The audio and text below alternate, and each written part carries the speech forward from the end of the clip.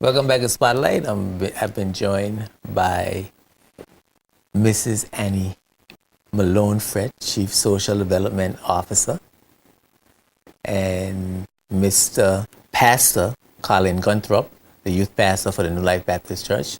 Welcome to Spotlight. Thank you. Yes, Child Abuse Prevention Month. Prevention and awareness. Prevention and awareness. Let's talk about the activities for the month and get those things out of the way before we get to the hard-hitting issues surrounding child abuse. You started when? We started on the 2nd of April with the minister's declaration. Then we had a radio appearance on Emotion. Mm-hmm. We also had a church service.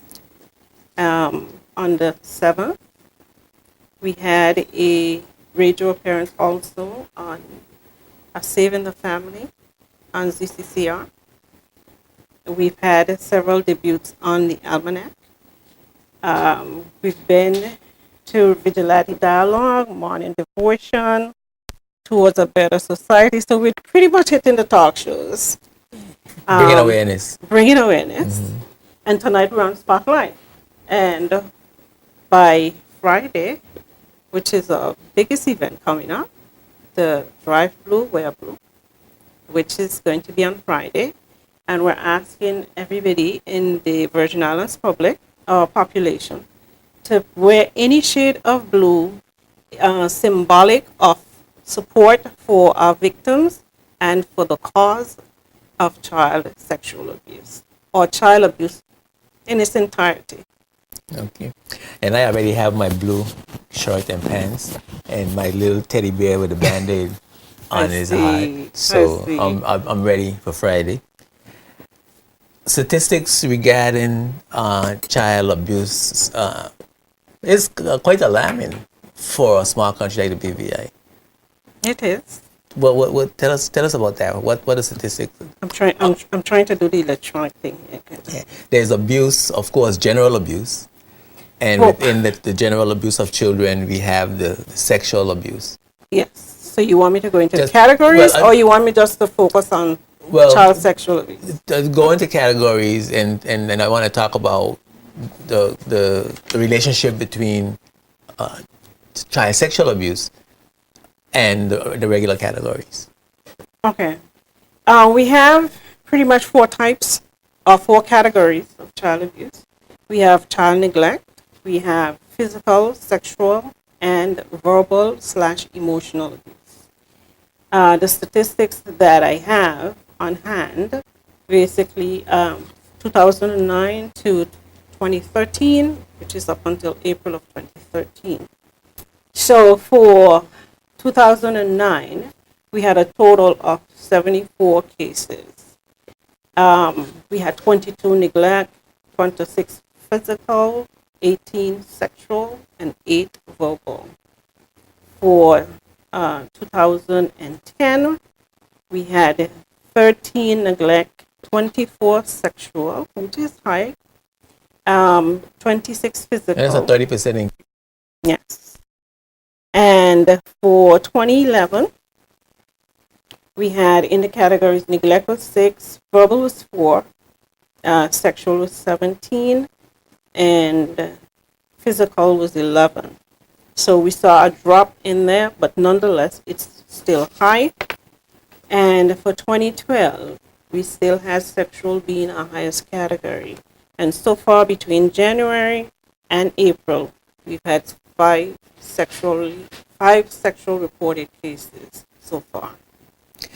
So the society is sexually charged. The adults, and this is mostly male, the children that's being sexually abused, mostly females. Yes. And so the males are sexually charged.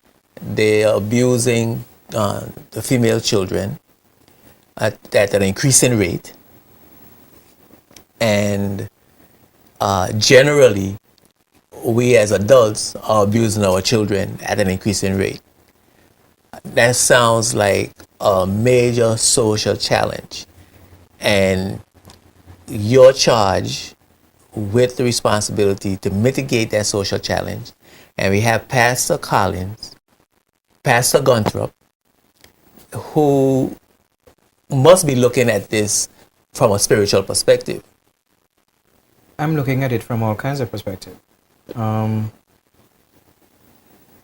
Because although the spiritual aspect is the root, the fruit of it is, of course, emotional and physical and all the other manifestations that we see. I have been asked, along with 11 other men, to partner with the Social Development Department to help bring awareness to men. Because we must admit that the man who's sitting down now watching this program is more than not a sexual abuser.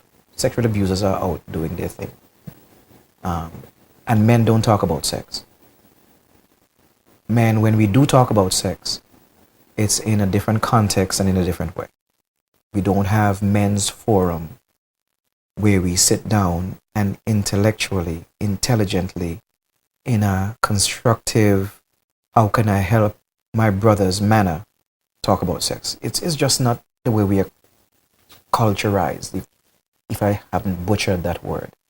And so the awareness is a Herculean task.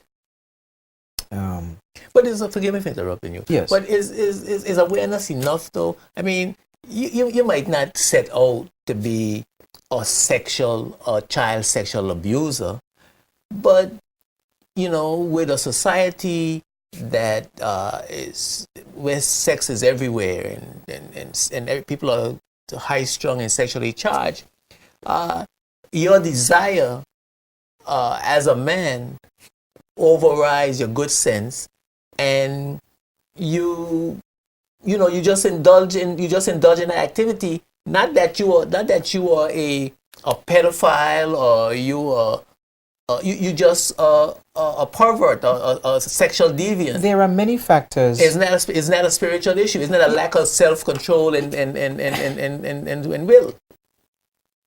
And isn't that a church issue?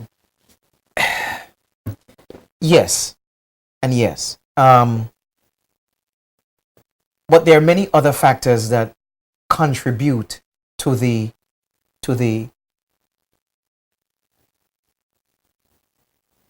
practice, the accepted practice of sexual abuse. I am a leader of a youth group, and we've had discussions over the years. I've had discussions with many youth groups, and the overriding factor about the awareness thing that we are trying to make commonplace is fear. The young girls are fearful that if they report, because what we see here is about 5-10% of the actual number of people. Usually, statistically, 10% of a case is reported. So whatever figure was given, you can multiply that.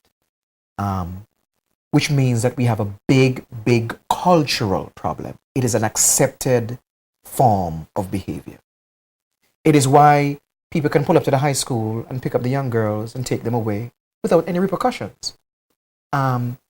Because we live in a BVI where everybody knows what's going on. So it's not an awareness issue in the sense of people don't know. Sometimes people don't know, but that is not really. The big problem is to overcome the fear. We live in a society ruled by fear. People are afraid to speak out, especially concerning sexual abuse. But don't we want to stop people from engaging in that behavior? We don't want to necessarily. Of course, we don't want the victim to be afraid to report. So we want to facilitate that reporting, and we want to have protocols in position to facilitate that reporting, so the victim is protected and all of that. But at the root of the problem is a group of men who engaging in a behavior that's morally unacceptable and that is harmful not only to the children but to the overall society. Yes. Social development. What is social development going to do? Is a child abuse prevention awareness month every year enough? Well, let me start from the back, come forward, because the issue isn't just that we have a month of awareness. We have a whole year long campaign, and it is just that it is heightened in the month of April. Now, back to your original question that you asked, Pastor Gunthorpe, in terms of whether or not this is a more spiritual problem. I'm using the word moral. There is no secret, I think, within the BVI that we have been suffering from a moral decay in this society, to the sense that we no longer feel that we are our brother's keeper. We feel that anything is ours to have, and we have to go back to where that would have originated from, right? Now, additionally, you talked about men, and I want you to know that men are not only perpetrators. We also have female perpetrators. While our statistics might not bear out that we have female perpetrators, I want you to be cognizant that there is that possibility that there are some female perps out there also. Now, social development, to answer your question, while we're looking at awareness, and we are also cognizant of the fact that once you bring awareness, there's going to be a huge level of expectation. It isn't just enough to say don't do.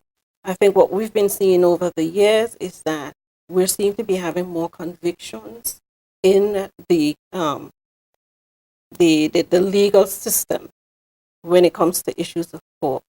We've continued and we continue with our parenting enrichment classes.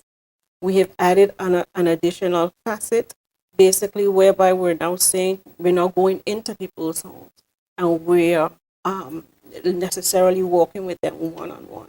Because a lot of times the people that we want to reach are not necessarily the people that we're reaching, because we're saying, come to us. We're trying to change our strategy. And we're saying, no, well, we will come to you.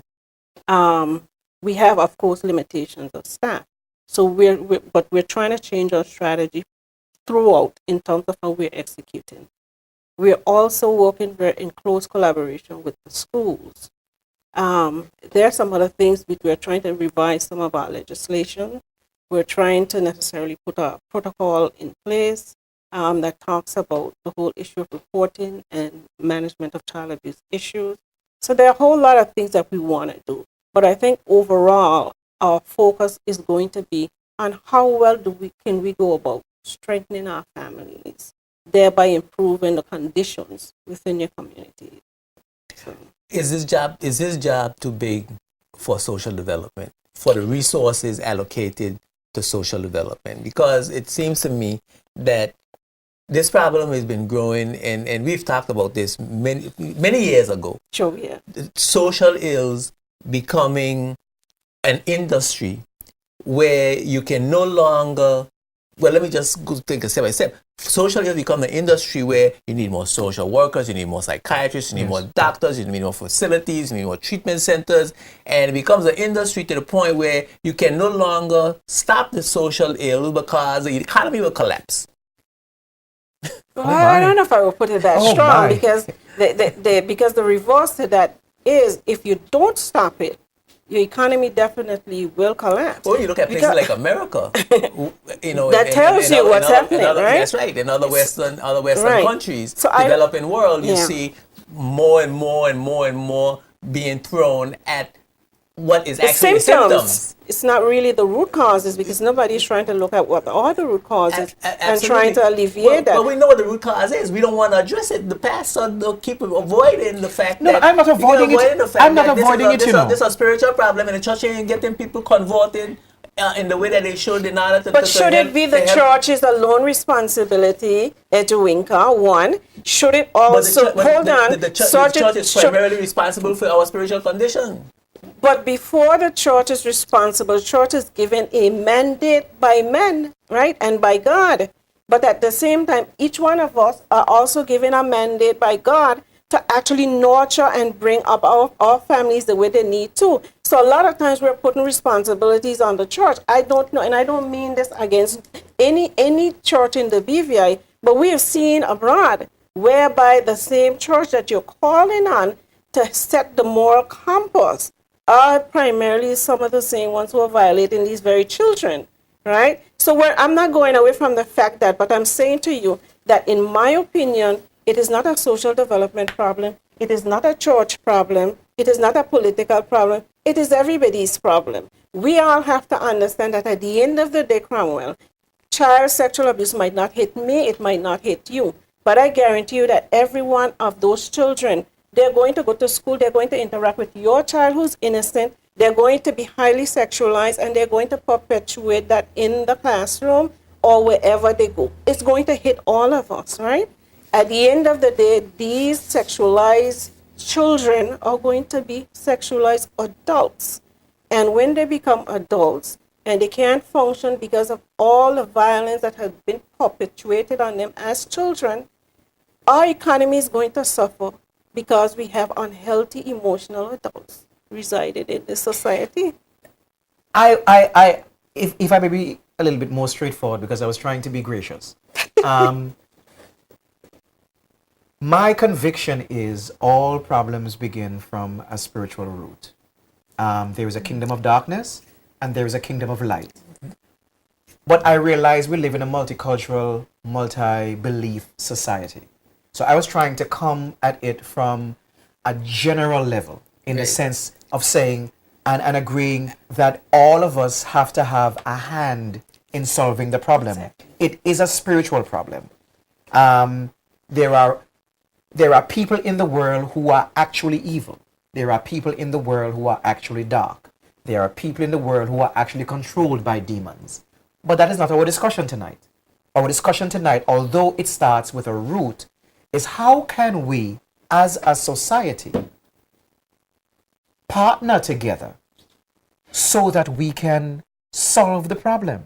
Because the churches are left to preach the gospel. But a man will only do what you hold him accountable for. That is what society is for. The church is not everywhere, but society is everywhere.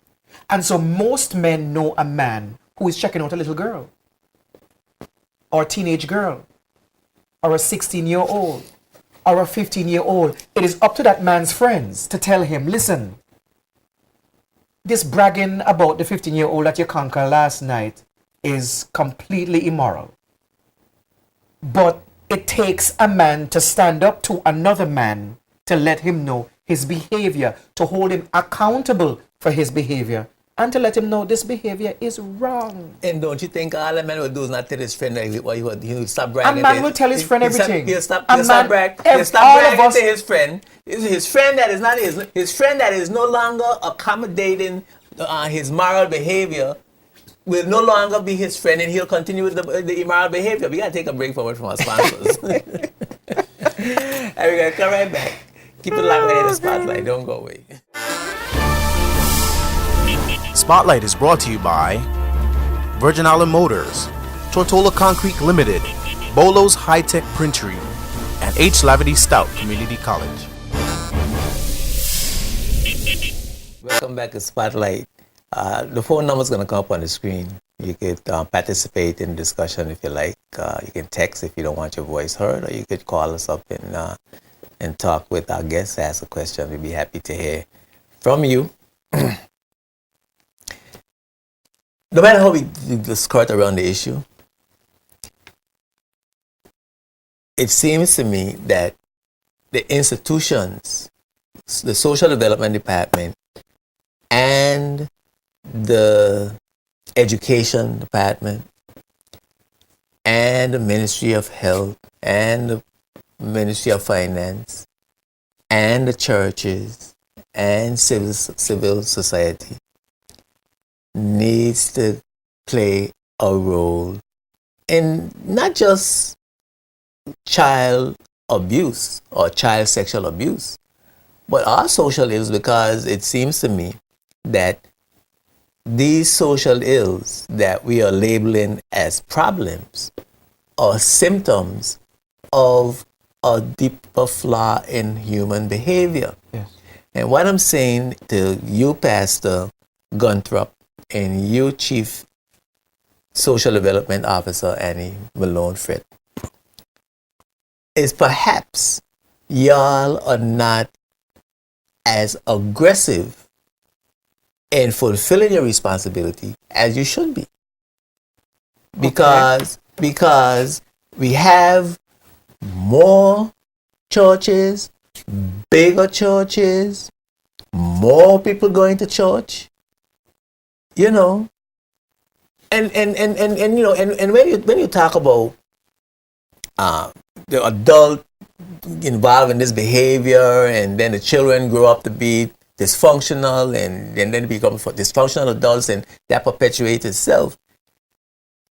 It has to start from somewhere, and it starts from the human mind, and it starts from the development of that mind, and as Pastor Gunthrop alluded to earlier, you have these forces, in particularly the mass media, that is purveying this sexual stimulus for economic gain, for social control, for behavior change, you know, to suit whatever their needs are, whether it's economic needs or social needs. And where is the pushback? Where is the pushback? Is the whole society so corrupt that it does not have the strength of will and character and moral authority to push back? And I'm including the church. There is a pushback. The thing is, though, people are not very agreeable in taking responsibility for their behaviors. Most of the time, when there is a pushback, there is a defense of positions and a blame of the messenger. All of us, I don't think, unless you are mentally disabled, I don't think anyone will agree that sex between an adult and a child, well, in the BVI, and a child under the age of 16 is acceptable. But we have, if the man is going with the child, he is related to so and so we can talk to him or about him. He's a member of such and such a church, or big in society, or has money, or the child came on to him, and there are many levels of defense that contributes to the perpetuation of a behavior. You'd find very rarely a person says, "Oh God, have mercy. I am guilty of that. You all need to come pray with me, come counsel me, come sit with me." People are busy defending their positions. And as long as we keep doing that, the pushback is minimalized or minimized. So what's social development's role in this whole matter? Just bringing awareness. Are there structures to be created? Is there education to be given? You know, what is social development? I mean, is social development just a welfare office? You know, where you come in and you get assistance. You know, you need to go to the eye doctor and you don't have any money. You need to buy milk for the children. You need to have to pay your rent. You need, you know, is it? I mean, what are we doing here? Okay, Cromwell. What as a government, as a people being a government, what are we doing? What Okay. These institutions that we have that are dysfunctional and not fulfilling their purpose? Well, let me start by answering one question, this question first. And my answer is going to be that I think over the last 9 years, when we look at the whole issue of child abuse within this territory, I am going to say unequivocally that we've had a heightened awareness. And what we're seeing is more people are reporting, more people feel more comfortable, with bringing the secrets to the front. Now, when you look at the whole issue in terms of, I don't know where it went with that whole welfare thing, but social I just mean, are you doing enough in a social development area? When it comes to the issues of social services delivery, I am going to say to you that social service delivery covers a wide gamut of areas. We talk about the prison, we talk about education, we talk about so many other things that can come under that whole entire thing. Are we doing enough? And I would say to you that there's always more that can be done. Yes. Because there's always areas that are going to crop up that are going to push our resources, but we know that we need to respond in those particular areas. So I'm not going to sit here and say that we're not doing anything, but I will say that we can do more. But it is not, I'm going to reiterate, it is not a social development problem. It is a societal problem that requires that all hands need to be on deck in order for us to alleviate, because the main thrust has to be the issue of alleviation, prevention and alleviation. What is social development's role in engaging the overall society? How, is that a part of your responsibility to help to engage the overall? Because it's not just the social development role. It's a societal role and challenge. Right. As an institution, though, as institutions, what is your responsibility in trying to achieve that engagement of the whole society? A part of it is twofold. Empowering children, young people, young women to speak out and to let them know that when they do, they will be saved. And empowering men to hold other men accountable for their behavior. Once those two things can be had on any level, I believe a permanent solution, a viable solution, a workable solution is in order. Because people only do what you hold them accountable for. Well, how can a person report an incident of child abuse? What is the protocol for doing that? In reporting an incident of child abuse, the Children and Young Persons Act 2005 specifically speaks about two contact points, and that is the Royal Virgin Islands Police Force or Social Development Department. It can work vice versa. If we get the call, we inform them, then we jointly go together on the case. If they get the call, then they call us. So those are your two main contact points to begin the process of, one, the report coming in and an investigation ensuing later on. Okay. But I want to talk, Cromwell, I want to go back to the initial question that you asked in terms of what it is we're doing. And I think that we have done a lot necessarily over the last 9 years in building partnership to help us get this message out. We've been very strategic in terms of who we have partnered with. The latest, of course, is trying to get the men together so that they can come up and they can bring the message to other men. But we've also partnered with other service organizations and so forth in trying to get the message out. And I think that we've been very successful in doing that. Don't forget that we, as a territory, we're also signatory to the UN Convention on the Rights of the Child. And there are certain basic principles under the UN Convention, basically, that we are obligated to uphold. Our primary goal at social development and the Ministry of Health by extension is to safeguard the well-being of children within this territory.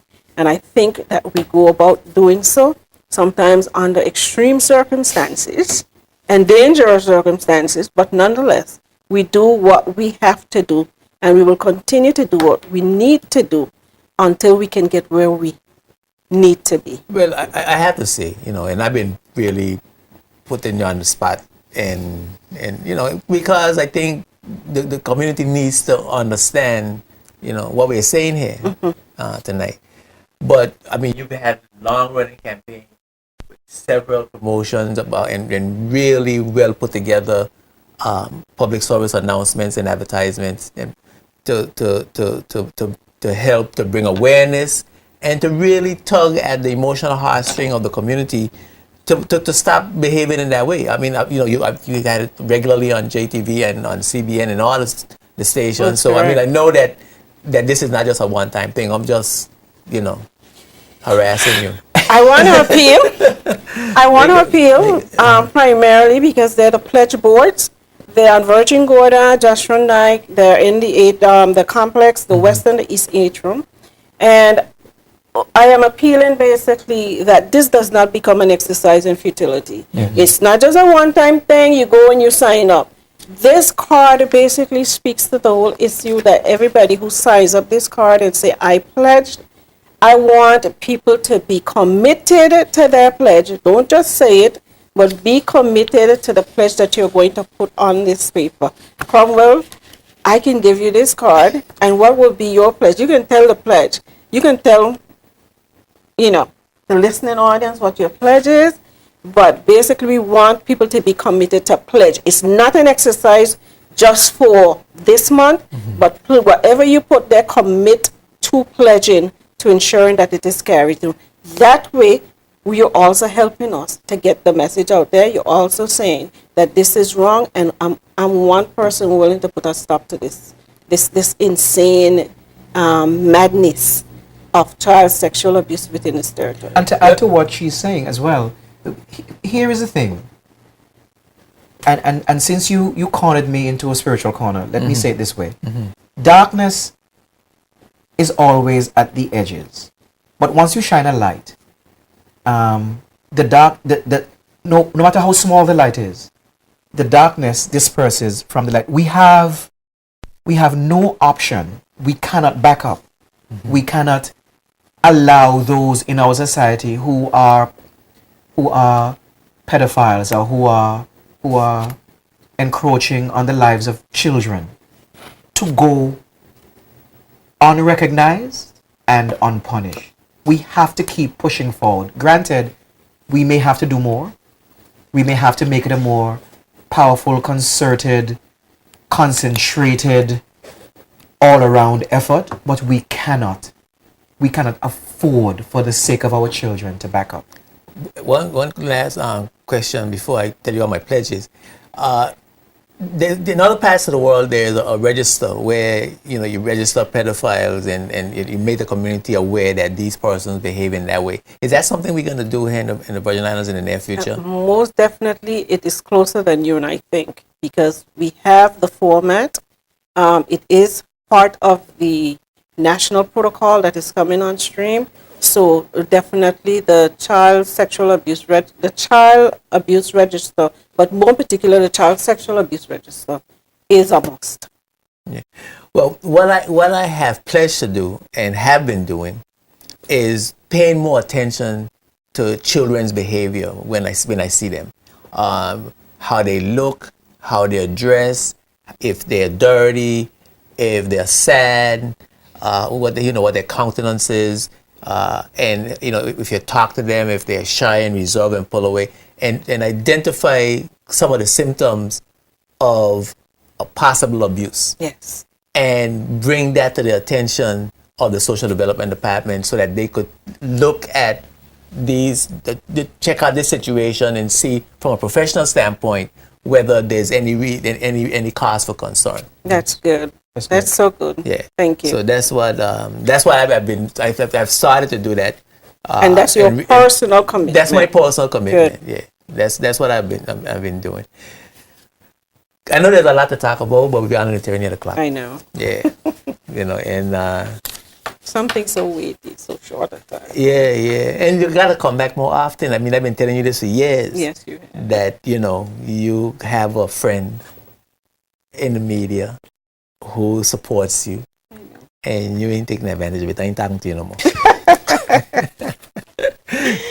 Yes, thank you very much for coming, Sister Annie and Brother Gunthrop, New Life Baptist Church. Thanks for coming and talking about the the issues in a hard way. Yes. Yes. Next week, of course, Sean Rose will be back with the stories making the news. And our annual ritual is back. The spotlight will be on the lovely contestants of the Caribbean, Miss Caribbean World. So be sure to be tuned in to see the beautiful young lady representing your island. Okay? So that's going to be next week. It's going to be a lot of fun. You know, we always have fun. And I'm going to have to get somebody especially just to handle the phones because I'm not going to be able to keep up electronically. But it's going to be interesting next week. Thank you for watching, of course, and thank you for your words of encouragement and your suggestions, criticisms. You can continue to email me at jtvspotlight@yahoo.com. Don't forget, Spotlight is rebroadcast every Sunday afternoon at 2:30 p.m. here on JTV Channel 55. And of course, you can access Spotlight, all the Spotlights, on demand, all the Spotlights on demand at jtvlive.net. jtvlive.net. I'm Ed Joenka, reminding you that when the spotlight is on, you see the facts. Peace and blessings. Spotlight is brought to you by the National Bank of the Virgin Islands, Clarence Thomas Limited, the BVI Tourist Board, and CCT Global Communications.